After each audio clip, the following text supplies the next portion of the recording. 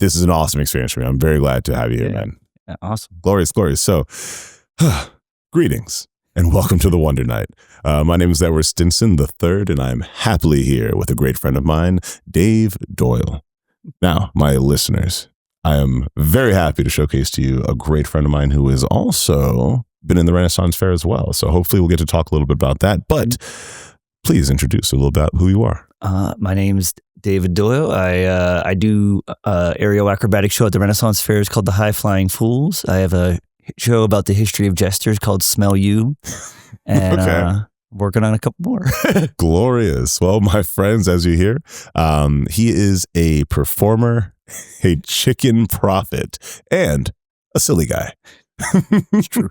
So today we'll definitely talk a little bit about all three of those because I have so many questions. First and foremost, we'll talk about the one that more people will probably be able to relate to, I guess, being a performer. What type of performances do you do? And I want to say do I say genres or mediums or techniques or skills? Well, I started out performing around when I was 16, and I started out in magic a long time ago. And like magic went to escapes went to improv comedy went to stilts. Then I went into like fire and sideshow.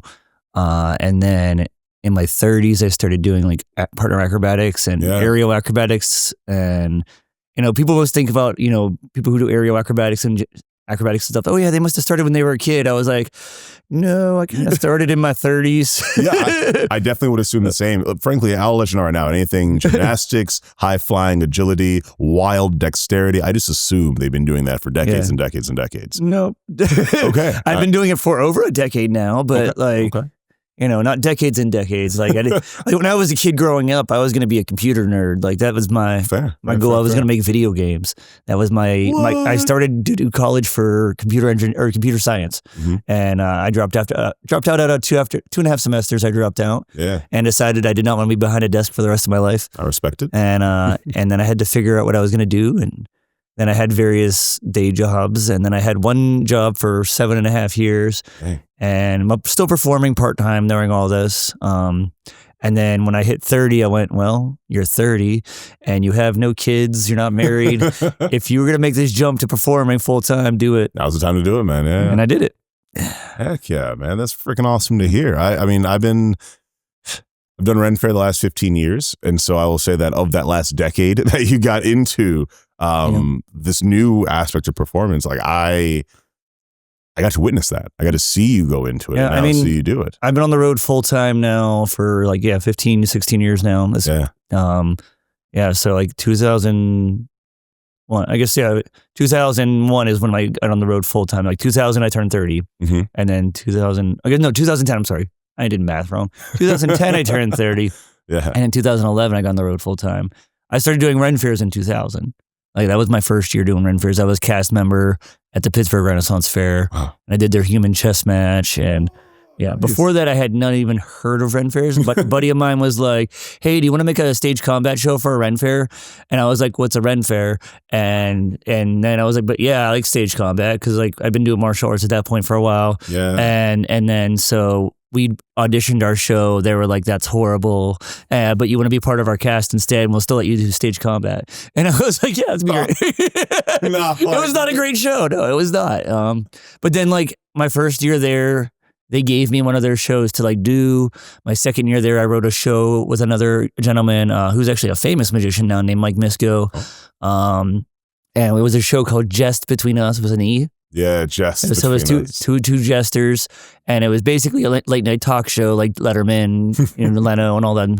And we just interviewed people from the fair as our guests, and we had top 10 lists. We did a great Karnak routine, and things like that. And then I wrote Smell You as my second year there, and then I've been doing Smell You ever since. It took about 6 years to perfect that show to get it the way I like it now. But I wrote that show like in 2013. It's been great since. I see. You've been using it for many years, and it's been great ever. Yeah, it's a great show. I have only ever known or heard great things about the show and about the performances. So I'm really glad to have you just be able to explain a little bit about the start of that. When and how?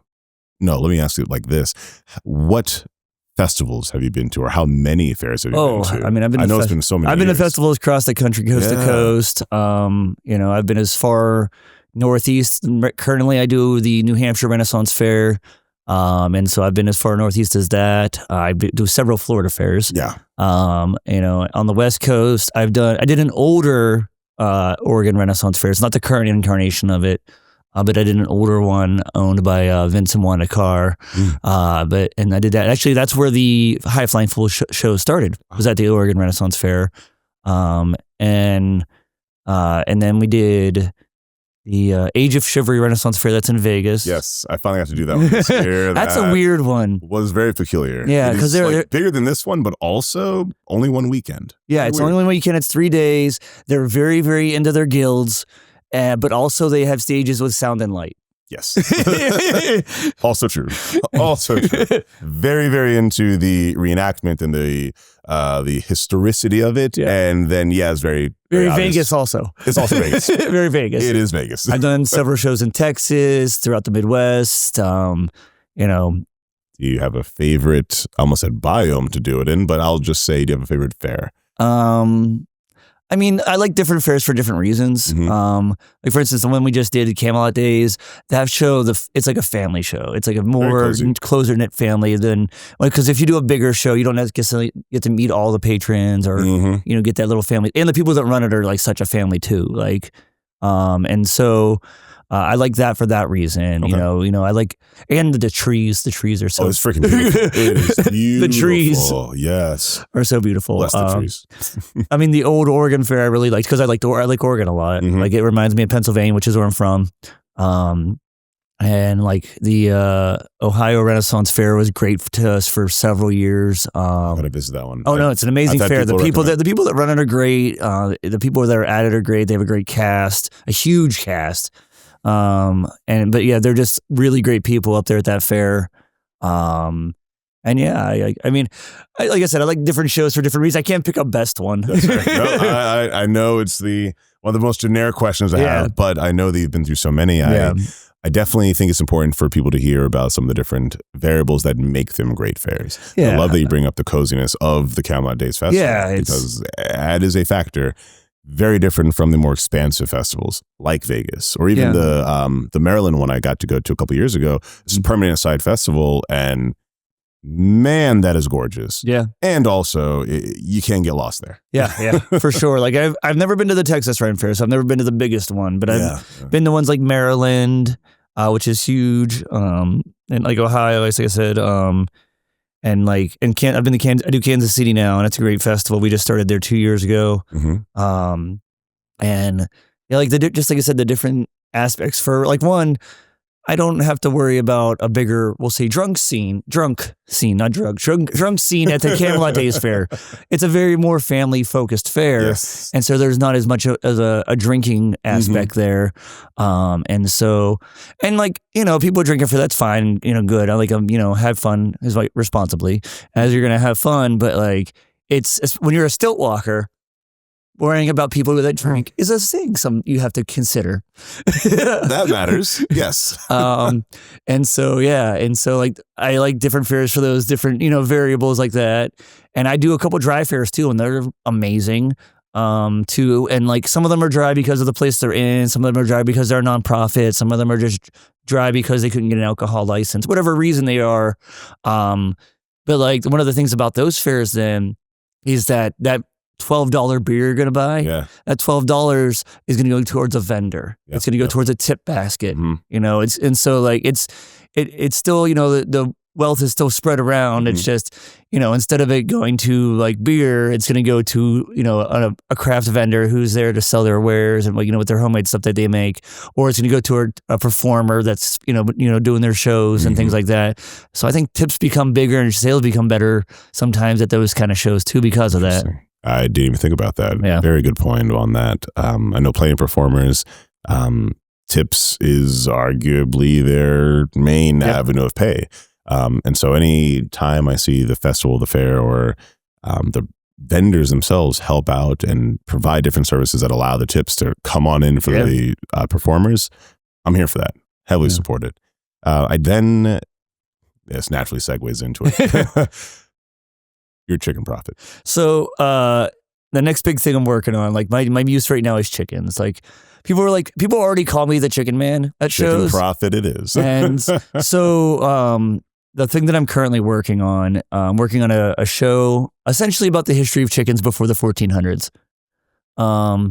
Questions. Okay, no, keep going. Keep going. And I'm wrapping it in a like comedic cult setting. Yeah. And so it's going to be called The Cult of Cluck. And so I'm wrapping in this like cult setting with it, but it's essentially the history of chickens before the 1400s, and how they were viewed, what they were used for, and just different things. And if you stay before the 1400s, you're essentially staying Euro-Asian areas because chickens hadn't made it to the rest of the world yet. There's one story I found from Africa that's before that time period. But other than that, all the stories and history notes are all from Euro-Asia. Because chickens came out of Southeast Asia from the only living relative right now of a chicken is called the Southeast Asian red jungle fowl. And that's what chickens came from. Okay. More directly in this. And then that chicken came, or for that bird, not a chicken, that bird came from, other things, and we'll get you back to the dinosaurs and all that stuff. But the most recent descendant of a chicken is the Southeast Asian red jungle fowl. Intriguing. I guess I'm ashamed to say I've never given deep thought to the history of chickens. Yeah, and the way that the history kind of broke down is in the 3 different categories. It's magic, relationships, and symbolism. And so I'm going to write 3 different shows, and they're going to be like 3 different books of the cult. And so when I can do my 3 shows a day at a Ren Fair, I'll do one of each of those. Like I'll start with just the one book and do that 3 times a day probably until I get the other 2 shows written, just to get the show off its feet. Yep. And then I'm going to start with the magic book because I think that's going to be the most kind of fun to like start with. And cool. Because chickens were so thought about differently before the 1400s. Like the word coward, you would never, ever use that to associate the chicken. Yeah, that's not the case at all. Around the 1500s, poets started using a term, hen-hearted. Hen-hearted. And that is what became the modern day coward chicken. Like that guy's a chicken. I thank you, because I too have wondered how chickens have been associated with being cowardly. Like hen-hearted, like that man is a hen-hearted person. I would say like a deer-hearted person would be more cowardly. I was going to say, have you ever met a chicken? Listen, they're vicious. They can be pretty vicious, yeah. Wildly so. All right, and I don't know, anything that's that flocks around that much and makes that much noise and commotion, I don't see as cowardly necessarily. And they were used to fight up demons. There's 2 different gods that ride them into battle. Like the Mercury Roman god, he has 2 roosters pull his chariot. And then there's a Hindu god whose name I have not researched enough to say it on air. And that god rides on top of a rooster for like of its steed. And so like roosters and chickens have been a part of history, like in a positive, crazy way, for many years. Even into the BC, like my history goes back to 600 BC with like Aesop's fables and things like that. And if you look in Aesop's fables, tigers and lions and those fables are scared of chickens. They fear roosters in the stories. Guys, I see I'm not well read. I'm slacking right now because I have so many questions and queries about chickens now. So I feel like this naturally goes into being, what is your current inspiration? So I have to ask, what made chickens your muse? What made them something that is like guiding you for the show? Classic comedy is the answer to that. Like, so I've always had rubber chickens. Yes. Me for the longest time. Like when I was first a cast member at the Pittsburgh Renaissance Fair, one of the things I would do, like when I was a younger man, I would, for bowing to the king or queen, I would just throw myself to the ground. I don't bounce as well anymore. Of course. But I would just throw myself to the ground, and I realized if I had like a mug on my hip, I would either hurt me or the mug. And so what I ended up starting to do was I had my rubber chicken with me all the time. And so I started just drinking out of the chicken. I would fill it with water and it made for a great bit. And, so I would just fill up the chicken with water and then walk around holding it and then And people would go, wait, what what? did he just? And so usually if I catch someone seeing me take a sip, I'll hold it in my mouth for a little bit and then gargle it to make sure they know that in fact there was a liquid in there, and then swallow it. Okay. I'm here for it. Oh yeah, I mean it's all for the bit. Oh no, for sure. As a person who also loves doing Ren Fair, man, like it's for the bit. Yeah. You got to make up the moments, and you got to have those conversations that when a person's on their way home, you're the one they're talking about. You're the one. Yeah, you remember that one guy who was drinking from a chicken? That was weird. Hold on. It was me. It was me. It was and then eventually, when I wanted to make a still walking creature, I didn't want to have a standard one. I didn't want a horse. I didn't want a dinosaur. I didn't want to. And so I thought, like, what do I want? And I was like, chicken, giant chicken. That's what I want. Makes sense. And then a friend of mine in New York made the costume. Like I asked a couple different people. Yeah. Actually, I asked one of the people I asked Gabriel Quirk, if he would do it. He was outside of my budget, but he makes amazing puppets and costumes. Kind of amazing. Oh my God. Yes. At the time, he was outside of my budget, unfortunately. And then I saw a friend of mine in New York make it, and it turned out amazing. Mm-hmm. I've been using it ever since. It's, it kicks butt, man. Like, and it's a unique thing. People are like, I don't particularly see, like, yes. And so then between that, and then, already having the rubber chicken, and then eventually we got chicken bags. Yes. Eventually I just became the chicken guy. Mm-hmm. It's like the guy with the chickens all the time. So I was like, well, people have been calling me the chicken guy. Let me write a chicken show maybe. And then, which here's a funny thing though. For the longest time, I did not like birds. Okay. I know here. You got to show us how you reconcile that. Yeah. Well, I always thought they were like just filthy creatures. They pooped all the time, things like that. And I'm just like, why would anyone want to have birds? They're just so dirty.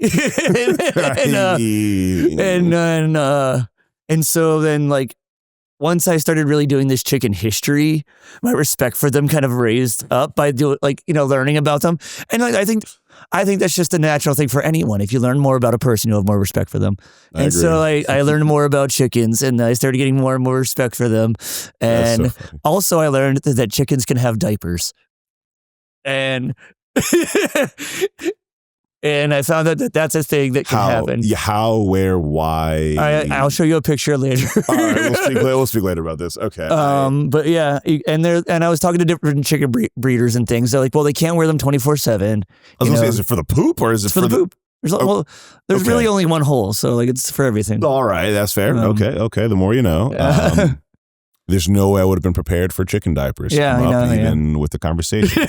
I have to. And so, like, between that and, I've found ways to make them be less dirty of a creature to me. Do you yourself keep any chicken? I'm going to. Okay. Actually, this coming Flurf is when I'm going to be getting my chickens. Yeah, nice. So after I finish Site Crew and I have time to actually, raise an animal, I'm going to be getting them sometime in like early February. I have a breeder that outside of Orlando I'm working with.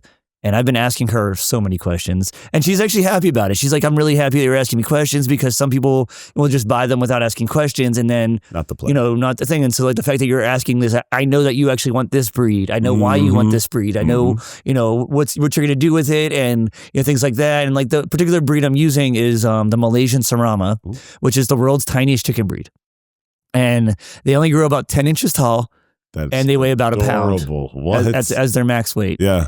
And they're also used to living indoors, because a lot of people would keep them indoors anyways because of predators. Yeah. And so they grew up essentially through many years of lineages of living indoors. Houses. And so they're going to live inside my trailer with me. So they're already used to doing that. So it's not something that the breed is not used to. Yeah. So I'm going to turn my trailer has 2 bunk beds and a queen size bed. I'm going to turn the top bunk into a coop.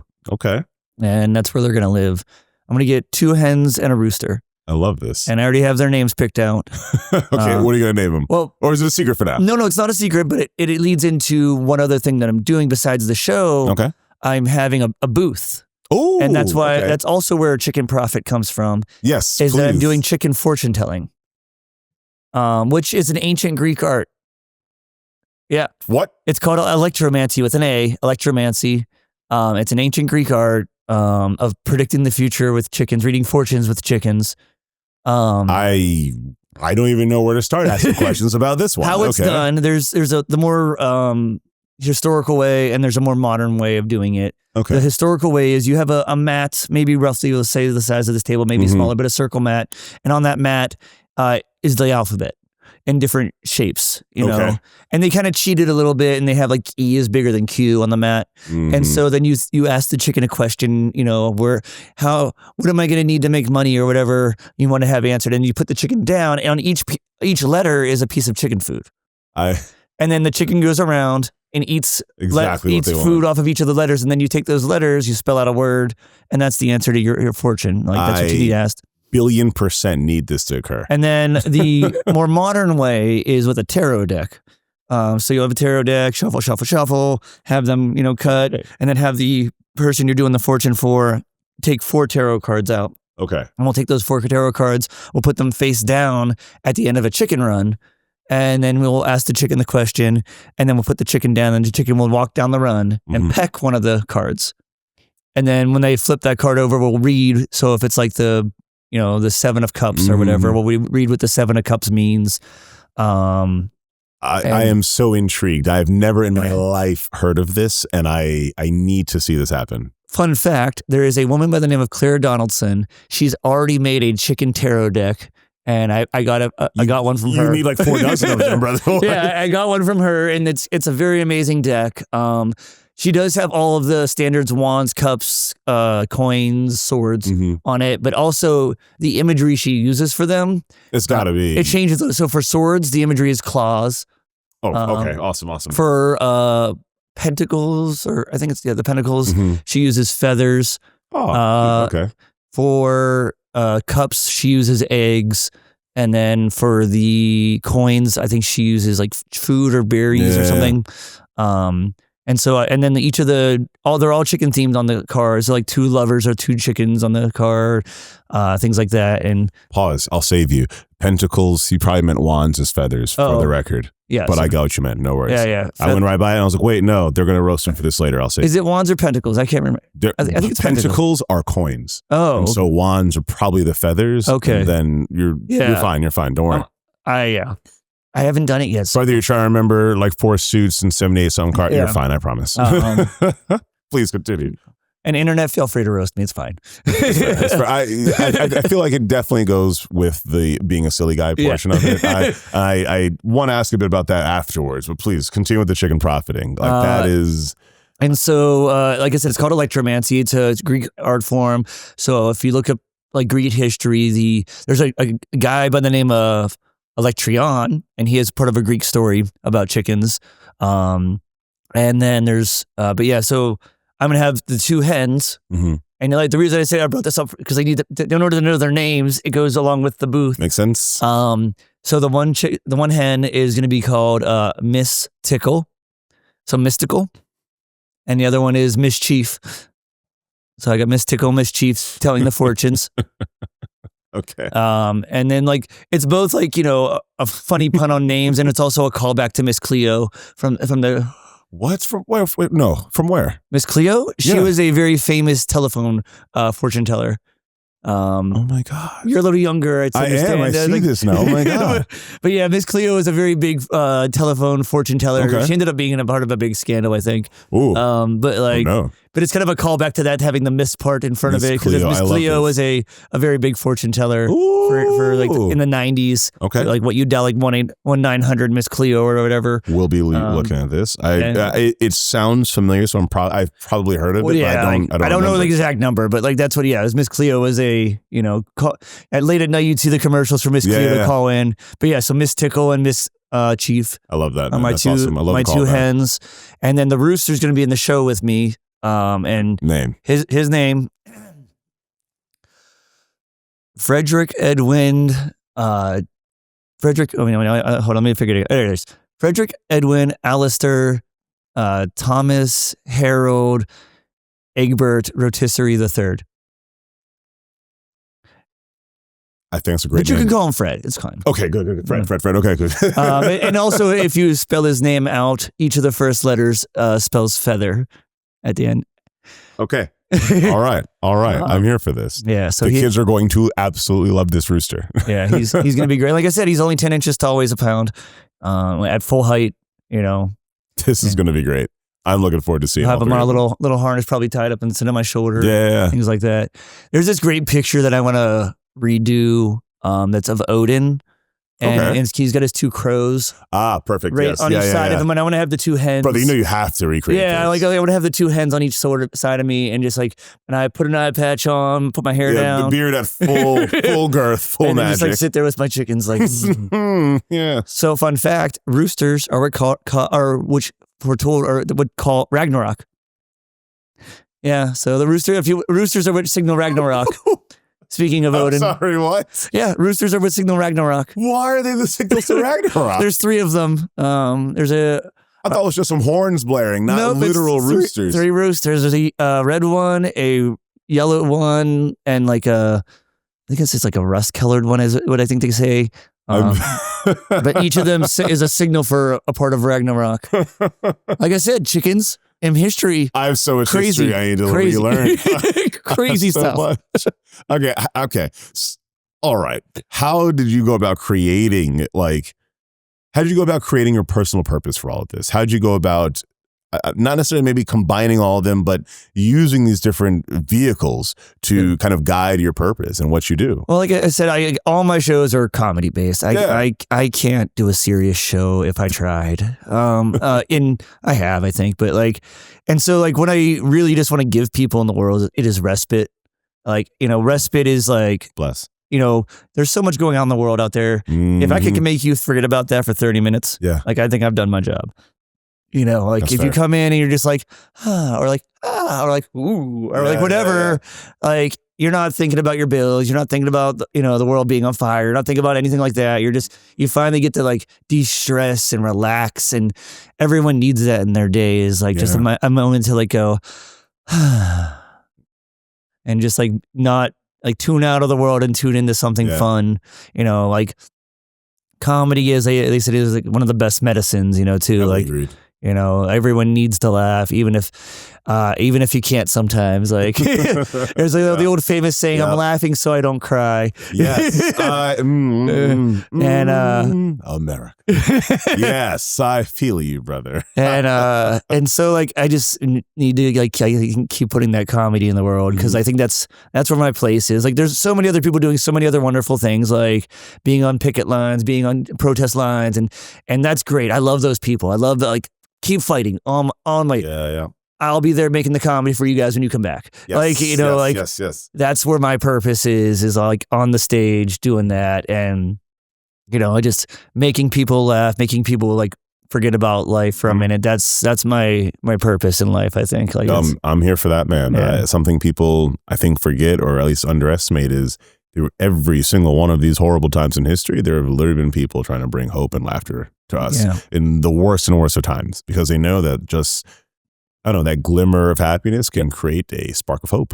Yeah, I mean, oddly enough, in times like the Great Depression, performers kind of boomed a little bit because people just needed that.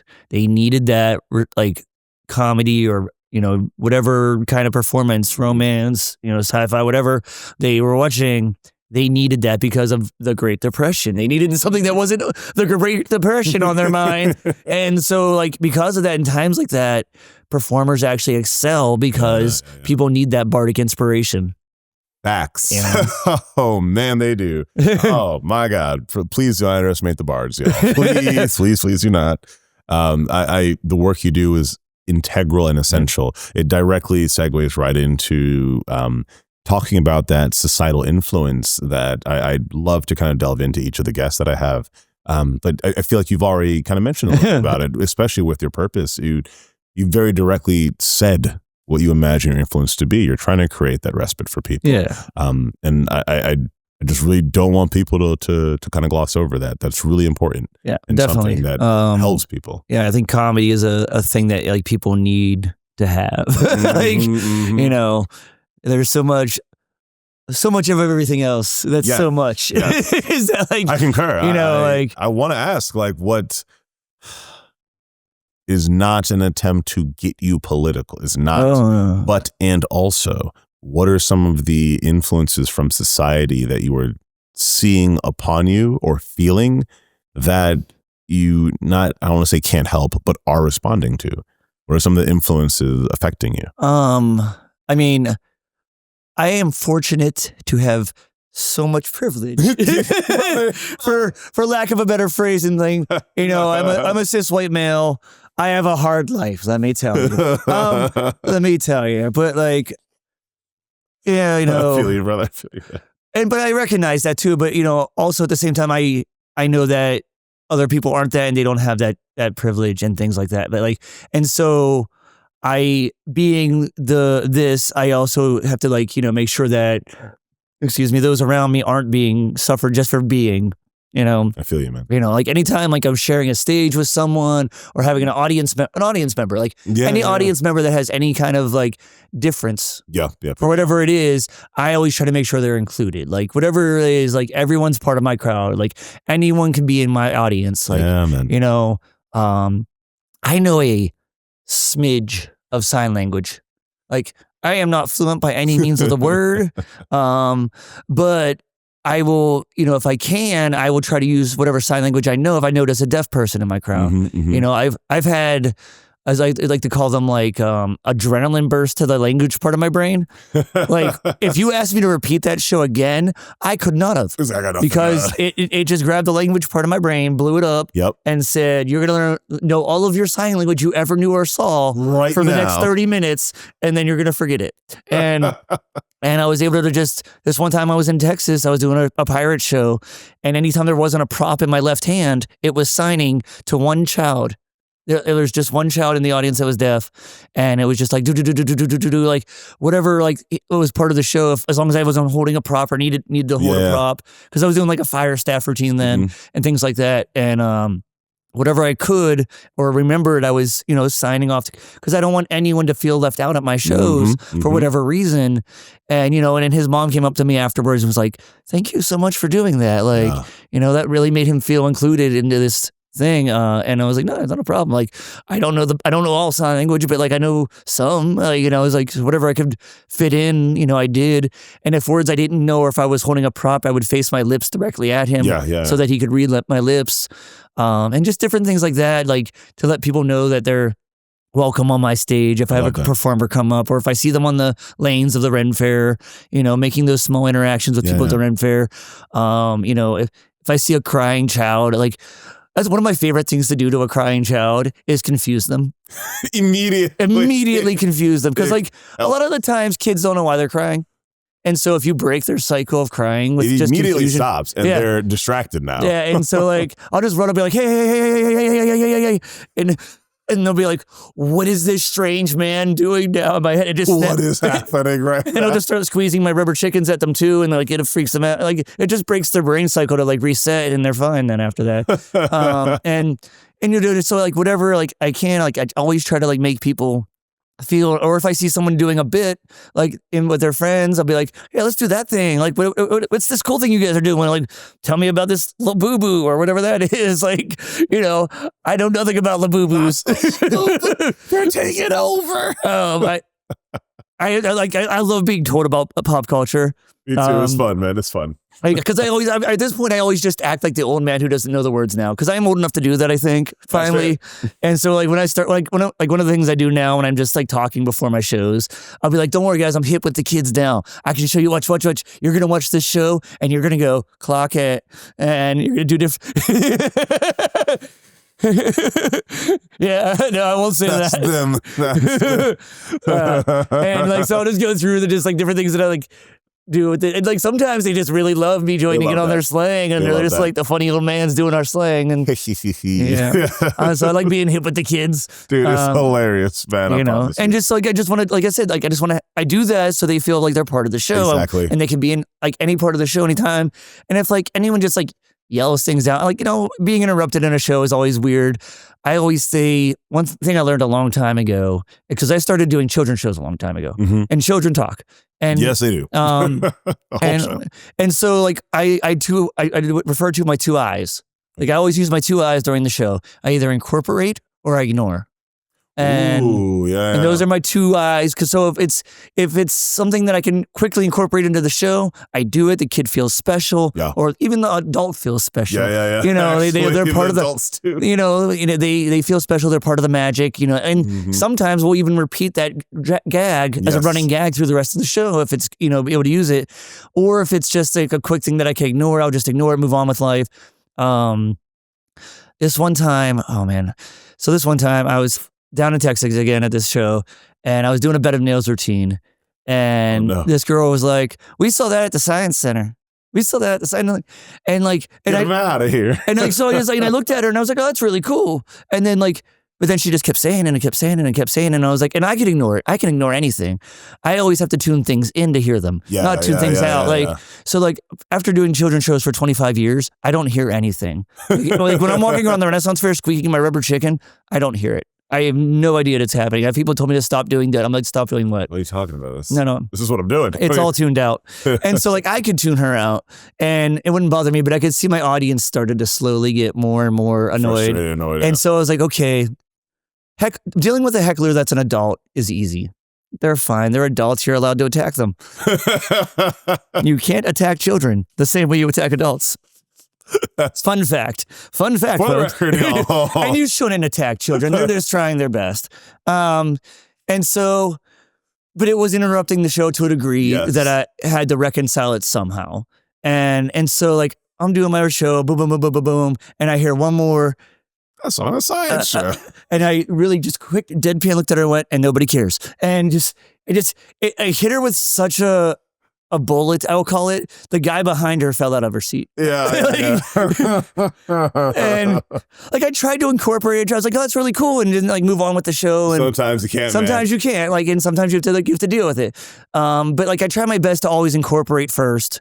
If someone's talking, we had one that's speaking this. This kid just kept talking during the whole show, and I every time I'd be like, oh yeah, and that's blah blah blah, and we'd move it into the show and move out, and I try to make them feel special because that's all they want. They want to be heard. They want some attention. Yeah, and so whatever there is, adult wise, kid wise, whatever, and I do my best to just incorporate it or just ignore it. A lot of the times during my aerial show, my hat falls off. Yeah, because I do aerial acrobatics and. Children will stop the entire show to let me know my hat fell off. Your hat, oh, sir, your hat, right there. Yeah. They will stop the entire show unless I address that. And so I'll walk over, I'll look at my hat, and I'll say, "Stay, good hat." And it's on the ground. It's a very well trained hat. It stays there. And we have to address it because. If you don't, it just the rest of the show, your hat is off your head, and they need it addressed. But what I'm saying is, I want them to be part of my show still. I'm not going to tell them, "Shut up, kid. I know my hat's off." No, I'm like, "Oh, thanks for letting me know, buddy." It's obviously something I know, but one of the principles of improv, one of the main principles is yes and. Absolutely. And so that's how I want, the whole audience to feel about it too. Yes, we love you here, and we'll try to use part of your stuff if we can. If we can't, but I want you all to feel welcome here. That's what I try to do. I try to make everyone at the festival feel welcome for whatever reasons. And if I see bad things going on, we'll say, I try to interject and change that to a good thing. We don't need to talk about that. We don't need to be doing those things. Do that, guys? Come on. Let's talk about happy things here. Yeah. We're at a festival. We're here to be celebrating. We're not here to be rah, rah, rah at each other. That is so integral. And I've done that literally several times at fair.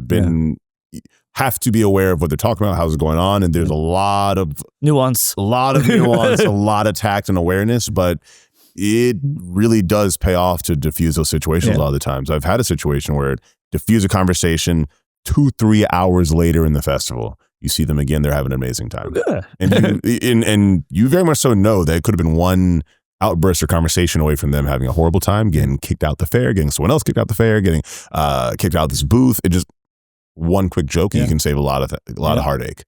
Yeah, it's I guess it's the Joker principle. Yes, a little bit. Yeah. I think that. Sorry, let me not keep on going on that one. I want to get a little bit into your next goals because I know that we can go on and on and on forever about acting, performing Ren fairs, doing Ren fairs, performing in fairs. what are some of your next big goals beyond building the chicken show and making the chicken booth? So one of the things I have to do with all that, I was going to say locations or well, after I get the chickens, I have to train them. I have to be able to train them to do their parts in the booth and in the show. And I've never been I've had dogs my whole life, and I've taught them to sit, stay, do all those basic tricks, but I've never had a show animal. Yeah, don't know if that's going to work the exact same with chickens. And and I've talked to people that train birds and train other animals, and I'm getting advice on how to do both. Excuse me. One of the things I learned about from my birds of prey friends is that that birds only respond to positive reinforcement. You cannot use negative. Not that you should ever use negative reinforcement, but like you just can't use negative reinforcement on birds. They will just tell you to screw off. Completely. You know, like it's not something you can do. They'll just stop respecting you. Like it's things like that. Like you know, so like it's only positive reinforcement, and then there's like just, you know, it's repeated positive reinforcement, repeat positive reinforcement, and you can't like overwork them either. No. You can't. You know, like with a humans will. Well, we'll stress a bit further sometimes if we know we'd have a good reward at the end. But no, not the same with birds. And then one other thing I learned about animal shows from my friends that do animal shows in general is that like some days the animals just don't feel like doing it. And unlike a person, where you could be like, Ed, we got to do the show. We really got to do it, man. You have a contract. We have a contract. All right. The bird doesn't care about your contract. Nor do horses. I have learned from many, many jousters that several I've seen just get kicked off. A couple others, the horse is like, I'm just not jousting today. And they just do not come down the list. And well, I guess we only have 3 jousters today, not 4. Definitely animal training has, it's not that it's hit or miss. You just need to be attentive and you need to be aware of their own. And there's so many variables involved in like animal stuff, and I'm learning them as I go. You know, one of the big things I'm learning about is all the paperwork involved. Really? There's things like, let's see, is it certificate, CVI, certificate of veterinary inspection. And so basically, you know, the vets make sure that your animals are being well treated, things like that. And so that you can just be like, you come to the Renaissance Fair, so they have a person going around checking the horses, checking the birds of prey, checking the camel rides. Didn't even think about that. The camel rides, the elephant rides, or things like that. I do say, look, I have a letter from the vet saying I'm taking care of my animals, you know, and things like that. You know, and then and like just different things like that I'm learning about. And with the booth, one of the things I'm learning about is sales tax. Oof. That's going to be a thing. Like, I'm a guy that plays with rubber chickens and now soon real chickens, but I pay my taxes and have to do all the things that come with the business. I always say that I use what I refer to as the Cypress Hill principle. Cypress Hill, and they're one of their songs, they say, and I quote, "It's a fun job, but it's still a job." You know, you got to treat it like a job. You got to do everything. If you want to succeed at your job of waving chickens at people, you still got to treat it like a job. You got to make all the moves that you would make in a real job. You got to make it. You got to also not refer to anything else as a real job because your job is a real job. Yes. Yes. And things like that. God, I've been having learned that doing all of this here. You know, it's fun, it's nice, but man, it is still a job. Yeah. You know, so I'm like, I always say my 5-day work week is my 2 days performing on the weekend. You know, at the Ren Fair, and then I work Tuesday to Thursday. Monday, I don't do anything. That's my Sabbath. Let them rest. Yeah, that's my day of rest. I don't even leave my house usually. Like I don't do nothing on Wednesday, and people don't want to talk to you on Monday anyways. And so like then Tuesday to Thursday, I'll do my office work, my emails, my things like that. My looking at future fairs that I want to be part of. Contacting them. Writing shows, writing sketches, like different things like that always happens Tuesday to Thursday. And then Friday is the day I rest before the fair opens again. Like make sure everything's in order as needed. You know, and so that's why you got to treat it like a business. Like I do some silly stuff. I'm a silly little guy, like, a silly guy. But like I'm a guy who still does his taxes and things like that. And so I'm learning about sales tax, which that's I've never had to deal with as a performer because I never sold anything. You know, and so I'm learning about sales tax and permits you have to get from all the states to do that, and it's so much different than being just a performer. And so, but I'm trying to double dip into the worlds of vendor and performer now. Do you have any festivals that you're setting up at before Flarf, or just kind of resting through December? Well, performing wise, yes. Yeah, performing. Performing wise, I'll be at the Orlando Renaissance Fair. Oh, the High Flying Fool show will be there. Nice. I haven't gone to that one. Or is this the first year of this? No. It's been there. It actually existed before the pandemic for a couple of years, and then the pandemic kind of shut us all down. It was kind of tough. And then they came back, and so they've been going for a couple of years since the pandemic. I've been with them for I think 3 years now, and we've been there. It's the first 2 weekends of December. It is. Oh, that's why I never hear about it. My birthday is December 2nd. Okay, so I'm usually occupied those 2 weekends. And makes sense. And it's right near the airport. I'm trying to remember the name of the park off the top of my head, but it's right near the airport, like south of the Orlando proper, closer to Kissimmee. And it's an amazing fair. Again, run by great people. They're a nonprofit as well. Nope, I won't force myself. I just can't make it. No. Next year I got it. But they have a great organization called Lance that does their human chess match. Sweet. And their cast of characters. This year they're doing I believe it's what's like Alice in Wonderland. That's intriguing. I was like, I know what this is. There's Tweedledee, Tweedledum. Yeah. I was like, what book is that again? Yeah, Alice in Wonderland theme is the overarching theme for the that's gonna be the cast. Should be really fun for the just general aesthetic of the fair too. And so they're gonna have that. We'll be doing, like I said, we're doing that High Flying Fool show there. Nice. So I want to ask about some of what you do in the high flying fools, but then I also heard you mention the fire spinning you do too. Or not fire spinning, but you had a fire staff. Yeah. Oh man, there's so many questions I have about the different just like performances you do. Let me start with some of the aerials. What type of aerial work do you do? Is it like the big ring? What are the big ring, as you called it? Yes. Well, how do they call that correctly? A lyra. That is lyra. Okay. I thought lyra was that's called silks. Duh. The silks are called silks. Yeah. I lied completely. Lyra was correct. Lyra is the giant ring, and silks is silk. Silks are fabric. Yes. Sometimes they're referred to as. Indeed. But my lyra in particular is called a trap lyra because it has a straight bar at the top, so like a trapeze bar at the top. Okay. And then it's the circle, the rest of it. Nice. And so we do primarily partner lyra in our show. Yeah. The High Flying Fools. There is a silks routine in the middle of it. And one of the things I do in the show, the way I kind of set up the show was we do a lot of partner stuff, and then we each have our own moment to shine singular. And so like my partner Ari or Heather, that are my two current partners I use. One day I will interview Heather as well.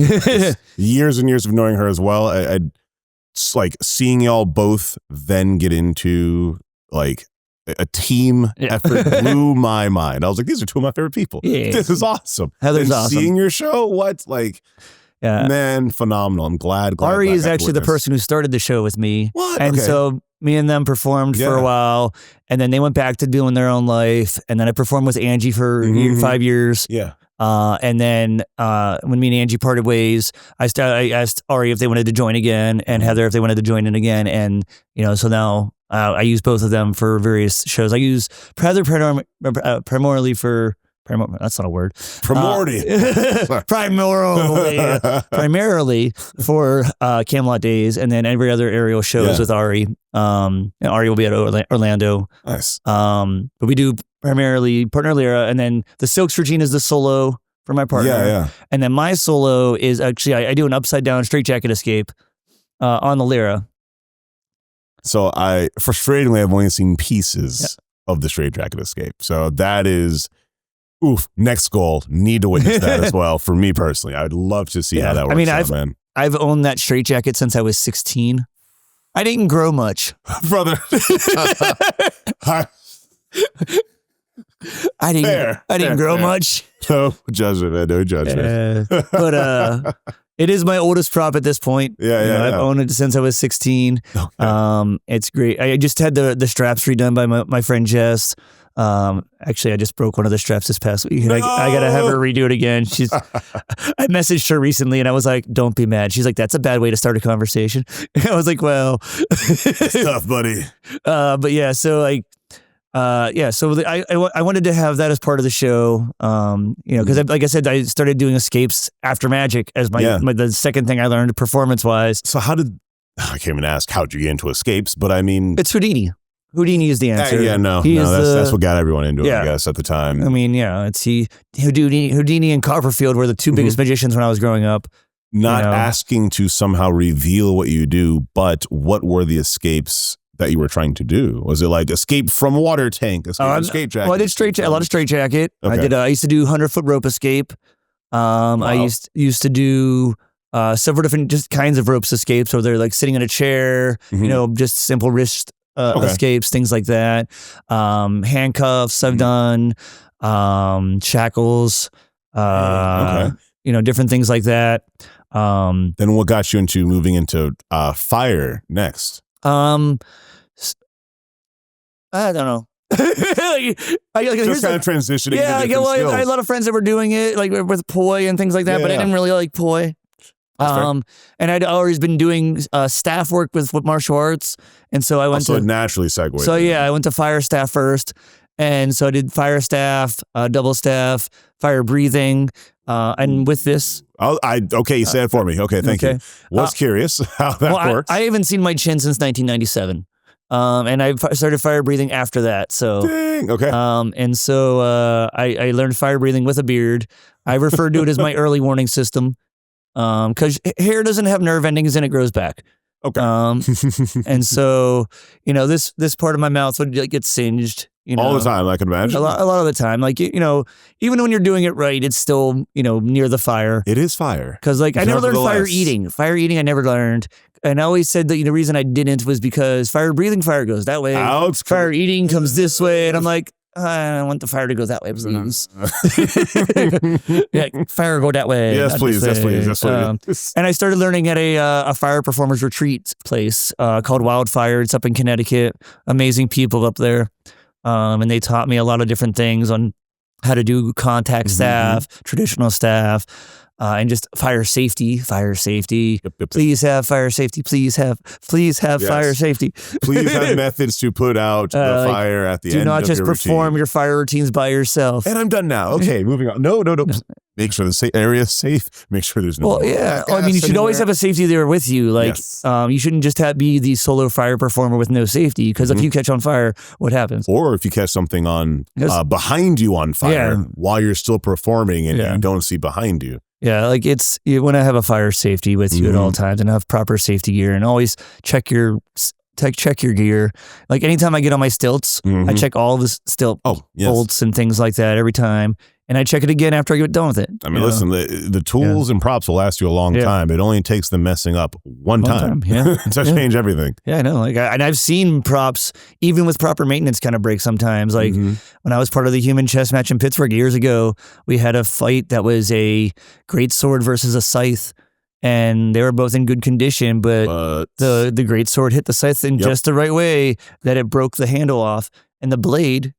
big behind scythe fell right next to an audience member. It didn't hurt. No one got hurt. But still, the trauma of seeing it flash near them. Yeah, it's just like, that's not a good thing. My God, yeah, we had. Or if you don't check your if you're spinning like a poi thing and you don't check your bolts at the end, the ball can just go flying off. While lit. Like you always got to check your props. Fire safety, every safety. Aerial safety, fire safety, performance safety, general. Yes. Always have your safety, not safety first, second, and third. The only reason safety is ever third is if it's also first and second. Yes. Thoroughly agreed. Oh, man. All right. So going into just the variety of things that going into the expanse of experiences you've had, what is a profound insight you would like to leave with people? Not even that it has to be about performing, but just in relation to who and what you are as a chicken prophet, as a performer, as a silly man. Well, like I said to myself when I was 30, if you want to do this dream of yours, you have to do the dream of yours. You can't just keep putting it off. Like if you have a dream and you want to follow it, like try it out. Like when I said when I was growing up, I thought I was going to be a video game guy and make video games, and I tried it out, and then I didn't like it. And then so I was like, what am I going to do now? What's my next big dream?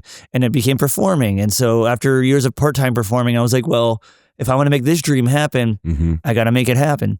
And just so follow your dreams. Like one of the things they've drilled into us as kids growing up is like, you can be whatever you want when you grow up. Yeah. I chose to be a silly guy with a chicken, you know, and you can make that, if you can find a way to make that into a career, even better. Like, you know, like just don't let people tell you your dreams are stupid, you know, like always kind of like follow your dreams, but also if you're going to follow something like that, you have to treat it with the respect it needs. Yeah. Like I said, it's a fun job, but it's a job. It's a job. And so if you have to give it that level of respect, you know, if you're going to believe in that dream, you have to give it that level of respect too. Like you have to respect your dream.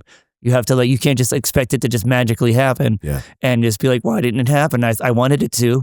Well, you still have to do the dream. You still have to do the hard work to make the dream happen. Who else is following? It's your dream. Who else is going to follow it? Like, so like, if you want to do something silly, like look at the pet rock. Like, how much millions that thing made? Yeah. It was a silly little thing. And so if you have a little silly idea, do it, man. It could be the next big pet rock. Or, you know, if you'll find out after 5 years of doing it, you won't like it. And that's fine. You know, like, you still did it and you still got accomplished it and you had a fun time doing it, hopefully. Or you learned something about yourself at least that you didn't like doing that and you thought you did. Like I thought I would like making video games. I was wrong. Like, you know, that was like 10 years of my life. I'm sure I was like, I'm going to do this. I'm going to do this. And then I did it and went, oh, I don't like that. And like, you know, like try it though. Like always try the new thing that you would try, is like something that you're like passionate about. Like find that passion and really just do it. Cause like if you give me talking shop or talking about performing, I will just talk your ear off forever and ever and ever. Like I love performing. I love talking shop. Like talking shop. I really want to like, I haven't done it yet, but I really want to like start a talk shop thing with other performers at Ren Fairs where we can just all kind of get together, like go over bits with each other. Hey, I'm thinking about doing this bit. And like one of the things that like I think a lot of performers worry about in that kind of space is having bits stolen. But I think if once you get to a certain level of performing, you're not looking to steal bits. You should never be looking to steal bits. But you either don't care if people are stealing your bits anymore, or you know better than to do that. Or you're even good enough to incorporate it properly if needed. But and like one of the things I've always said about like when I started in magic, and people were like, "Oh, I'm gotta hide my magic secrets." There's a difference between learning a trick and performing a trick, and the performance of the trick is going to be different every time. There's only X amount of magic tricks that exist, but the way they perform them is infinite. Yes. You know, and then like no one could perform the things the way I perform them. So I'm never worried about people stealing my stuff. And like acrobatics and stuff existed long before I did. So like, you know, whatever. Like, you did a flag in your show. So I didn't invent that trick, you know, like, you know, even if I did invent a trick, I probably still wouldn't be that upset about someone else doing it. I'm like, oh, you able to figure out that silly thing? Like, nice. Good for you. Like, and like my shows are more comedy based than physical, like dramatic based, you know? So like, it's always going to be a comedy angle I'm going for first but like, always follow. The point is, I'm saying follow your dreams, and give your dreams respect. Yes, and give your dreams respect. Give them the respect they deserve. Yeah.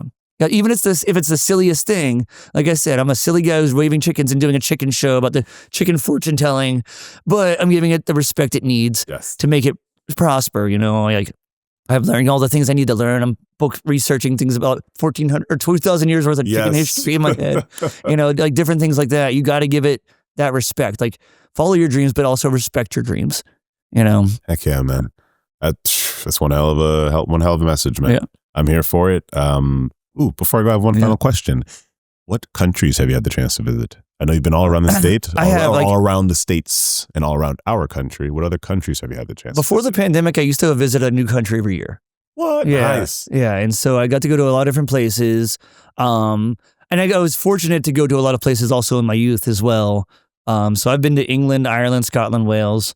Circuit around your and I've been to a couple of those a couple times. Nice. Ireland the most because I'm from Ireland, and I'm not. My ancestors are up near Galway.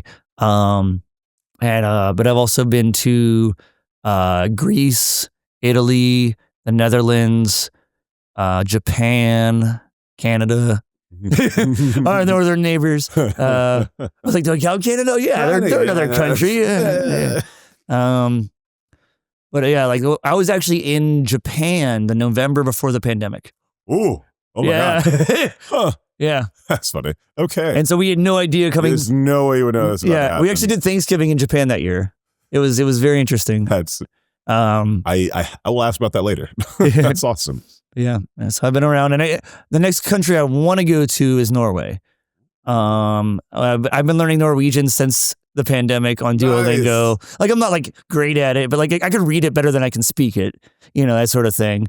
And so I've been learning Norwegian since the pandemic a little bit here on Duolingo, doing my daily lesson at night time. If it gets you to your room, to the bathroom, to food, and back to your room, you're fine. Yeah. And so that's where I want to go next, because they actually have a Renaissance fair in Oslo. It has to be insanely amazing over there. And it's like sometimes on my birthday. And so like it's sometimes over what we would consider Memorial Day weekend. Yeah. It's not a holiday over there for them. Like, and they have I'm sure they have their own Memorial Day weekend or whatever, but but it's around time. It's either the last weekend of May, first weekend of June. And my birthday is May 26th. And so like, it's a 4-day festival, and I'm like, man, if I could just get like a working vacation. I'd be like so tempted to just message them and be like, hey guys, I'd like to perform at your fair in Oslo. You looking for some chicken? And they have they do have sideshow and other things there too. Yeah. And so it'd be like, because like I'm a big variety show artist. One of the things I like about Ren fairs is, in my mind, they're kind of like the last bastion of vaudeville. Oh, they're like a vaudeville. What does vaudeville mean and look like to you? For the audience as well. Like interactive theater, like, it's a theater that can see the audience. Like when you're doing like a Broadway show or a circus, the audience is all dark. Yeah. You can't see them. They're out there. But like vaudeville is always done to a live audience that they could be seen and interacted with if they needed to, and it's just like the two people, blah, blah, blah, and blah, blah, blah, and doing the little bits and things like that in comedy. And it's always been like just one of the things I really love. Like, burlesque still has it. You still have the burlesque shows, the variety shows and things like that. But like, as a place that on big scale, I think Ren fairs are vaudeville to me. And interactive theater and like vaudeville theater is what I love the most, performance-wise. It definitely is. It's very enlightening for me and very engaging, interactive. Of course, that's the whole point of it. But I think that's also why I've been really drawn to Ren fair in general. It's just it encourages interaction. Yeah, encourages it. I don't want to perform for 1 million people. I want to perform for like a squadron. Like 500 or less. Like they're just like if it's 1 million people, that's way too many. I can't reach all of them. I can't see all of them. I can't talk. Like this one time I did the Syracuse Fringe Festival, and they had me in a theater, and they turned off the house lights, and I was like, "Ooh, where'd they go?" And I was like, "Excuse me, technicians in the room back there, can you turn those lights back on, please? I can't do the show without those people." Yeah. I literally couldn't do it. I was like, "Nope, I need to see all these people, otherwise it feels weird." Yeah, no, I can't just talk to a blank room in space. I feel you on that as well. Yeah. I love and adore the improv interaction and yes and that happens when you're on stage. The crowd is legitimately 10 feet away from you. Your friends right here. You're acting with them, and you expect and anticipate that the crowd is going to say something. Join into the performance that you're having. Like one of the years I did the Boynton Pirate Festival. Yeah. I was privileged to be next to the Nerveless Knox. Like they're like an 8th generation circus family. Like they've been doing circus, for many, many times, and they're horribly, horribly, horribly, horribly talented. Their skills are top notch. They're very nice people. Like Michelangelo and his family, very nice people. But like the first year they were there with me, I was watching them do their amazing skills and everything, but they were kind of bombing a little bit. Oh. And the reason for that, and I'm not sure if you remember the trapeze show that was at the Ren Fair in Flarf, the pirate ship trapeze show. I do, yes. The reason were that they are they the same group or were they? No, they're different group. They're different group. They're different group. But like they had the same kind of response, whereas they weren't interacting with the crowd. And a Ren Fair crowd have to interact. Gets upset if you don't interact with them. And that's what they're there for. They're there to be part of the magic. So if you treat it like a circus show, and you just perform and do your thing. Done with your show, walk off. Yeah, like you do your show, and like you're not even like talking to the audience in the middle of the show at all. You don't like get a volunteer. Like you're not really making them part of the magic. Doesn't matter how good you are, how skilled you are. It's not going to do well with that setting. And that's the thing. It's that particular setting. It's like they would do amazing in a circus. Did not even think about that. They do amazing in the circus. They're horribly talented, like I said, and they're very nice people. But like at that particular setting, the crowd wants the interaction. They thrive on the interaction. And that's what like a Ren Fair crowd wants and needs. And I also want to need it too. As a performer, I need that interaction from the crowd. I need to be able to feel their energy and move back and forth, like, you know. And so like that's interactive theater, like 100% want it. It definitely, I think, relates, helps, and connects a lot of empaths as well. It's directly what they love, I think. Self-proclaimed empath, I guess. But being able to directly see what the audience is feeling when I say a thing, seeing their reactions. It's not I need them to see me. Like, no, it is actually extremely helpful to look them in their eye, see that they heard what I said, that I didn't mumble too hard, that they understand what's happening in the show, that if a kid's like, whoa, I agree, small child, you're correct. Like, immediately they love it at the moment, and they're now joined into that performance as well. I was trying a new joke this past Camelot days, and I don't think it went great anytime I did it. No! But I kept doing it just to see if it was like maybe just that crowd. Yeah, or maybe just that crowd. Maybe just this one. Maybe just this one. And I'm going to try it one more time when I go to Orlando, just to see if it maybe is just the South Florida crowd. And regionally, you'll get different crowds that did just like different things. And so I'm going to try it one more time when I'm in Orlando, and maybe I'll try it again in New Hampshire, and when we go up there. But like if it bombs in New Hampshire and Orlando, I'll stop doing it. But like, you know, it's you know, if I get that instant feedback, get that instant feedback from crowds, I can tell if a joke isn't landing because the people are just like, well, my gosh. Well, Dave, thank you. I'm so glad to have you on the show, man. I'm excited and grateful that we got to talk, and just again, as a person who's known you for 15 something years, man, you're one of the people I do and am inspired by at the festival. So I'm extremely happy. It's an honor, like watching you grow up at the fair and seeing how you've become this awesome person, this awesome adult. I mean, you've always been an awesome person. Now you're an awesome adult with all of this and everything. Thank you, brother. Thank you. Yeah, and I'm inspired by you and the friends at the fair. Yeah, just like you, man. Wildly talented, caring about the interaction, compassionate people, caring people. Wildly skilled people. I thank you for being here. Thank you for joining. Well, thanks for having me. And audience, thank you for being here, seeing Dave Doyle, and thank you for watching The Wonder Night.